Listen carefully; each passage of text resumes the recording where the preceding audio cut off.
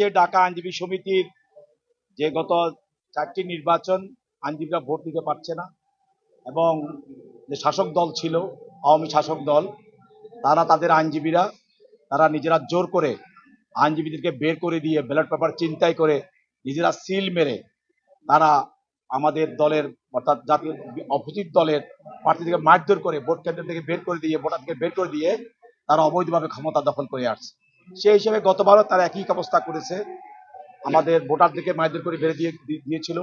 তারা প্রার্থী ছিল অপোজিট প্রার্থী, তাদেরকেও মেরে বের করে দিয়েছিল। যাই হোক, তারপরে তারা জোর করে ক্ষমতাসীন দল থাকার কারণে তারা ক্ষমতা ব্যবহার করে তারা জোর করে অফিসগুলো দখল করে রেখেছিল। কিন্তু গত 5 তারিখ থেকে গত 5ই আগস্ট থেকে আজকে আজকে কত তারিখ 13ই আগস্ট পর্যন্ত তারা আজকে এই অফিসে নাই এবং তারা পলাতক অবস্থা রয়েছে। এবং দেখেন, যেহেতু তারা অবৈধভাবে কমিটি অবৈধভাবে তারা নির্বাচিত আসে নাই, তারপরেও 5 তারিখে তারা নাই।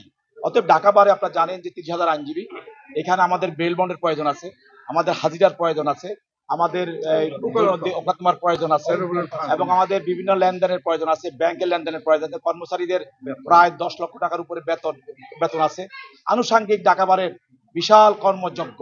তো সেখানে কমিটি ছাড়া অচল। তবে আমরা অনেক কষ্ট করে এই আজকে কত তারিখ 13 তারিখ পর্যন্ত আমরা অপেক্ষা করেছিলাম, কিন্তু তারা পলাতক, এইভাবে তা চলতে পারে না। তো সেই জন্য আইনজীবীরা একত্রিত হয়ে যে আমাদের গণতন্ত্রের আমাদের যে কনস্টিটিউশন আছে গণতন্ত্রের 16 গ বলা আছে, এখানে যদি এই ধরনের কোনো ভ্যাকুয়াম সৃষ্টি হয় তাহলে সেখানে একটা তলবি সাধারণ সভা ডাকা যেতে পারে। তা আমাদের এখানে আমরা প্রায় 1400-র উপরে গণতন্ত্রে বলা আছে 1000 আইনজীবী স্বাক্ষরে ডাকলেও হবে। সেখানে আমরা 1400-র উপরে আইনজীবী আমরা সই স্বাক্ষর করে আমরা একটা তলবি সভা ডেকেছি।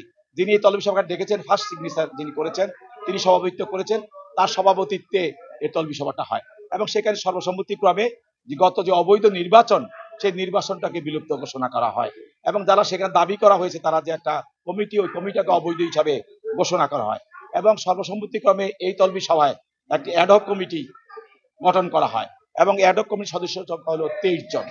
এই 23 জনকে অ্যাডহক কমিটির সদস্য করা হয় এবং এদের নামগুলো এখানে আমি বলবো যে নামগুলো হলো অ্যাডভোকেট মোহাম্মদ খুরশিদ মিয়া আলম, সৈয়দ নজরুল ইসলাম, মোহাম্মদ আব্দুর রাজ্জাক, মোহাম্মদ শহীদুজ্জামান, আব্দুর রশিদ মোল্লা, মোহাম্মদ জহিরুল হাসান মুকুল, সৈয়দ মাইনুল হোসেন অপু, মোসাম্মদ নার্গিস পারভিন মুক্তি, নূরজান সহ 23 জনকে অ্যাডহক কমিটি হিসাবে তাদেরকে সর্বসম্মতিক্রমে অ্যাডহক কমিটি গৃহীত হয় এবং এই অ্যাডহক কমিটিকে দায়িত্ব দেওয়া হয় যে তারা এই সমিতির তাদের মধ্যে তারা আলোচনা করে তারা বিভিন্ন দায়িত্বে তারা দপ্তর দায়িত্ব নিয়ে সমিতির কার্য সম্পাদন করবেন।